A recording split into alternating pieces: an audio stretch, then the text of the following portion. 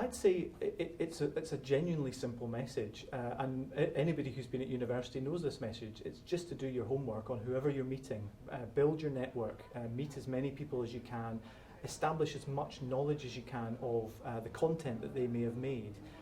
We encounter this sometimes, that a production company will come in and pitch to Channel 4 but won't be as familiar with our content as we would like them to be.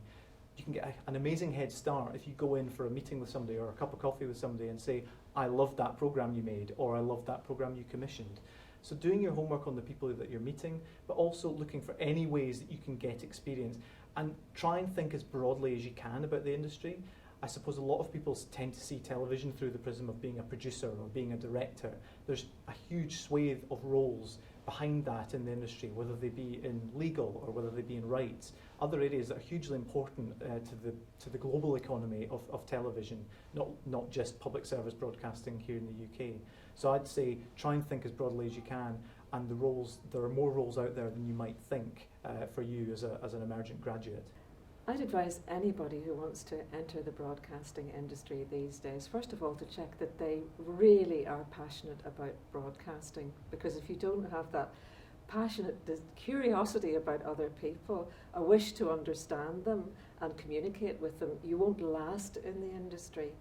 I recommend that you join a trade union, because that means you're linked into the industry. It's not an ego trip, me and my wish to be on the radio or whatever. Joining a trade union helps you to understand that this is an industry whose future you ought to take an interest in. It's not simply about you and your career. Well, it could be, but that would be very selfish. I hope it would be about you, your career, and how you can serve the public. Speaking very personally, I'd offer 3 pieces of advice.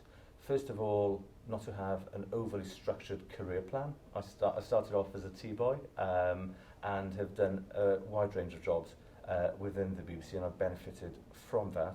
Second piece of advice is to have fun, because that's what being creative, trying out new things, failing on certain occasions as well means.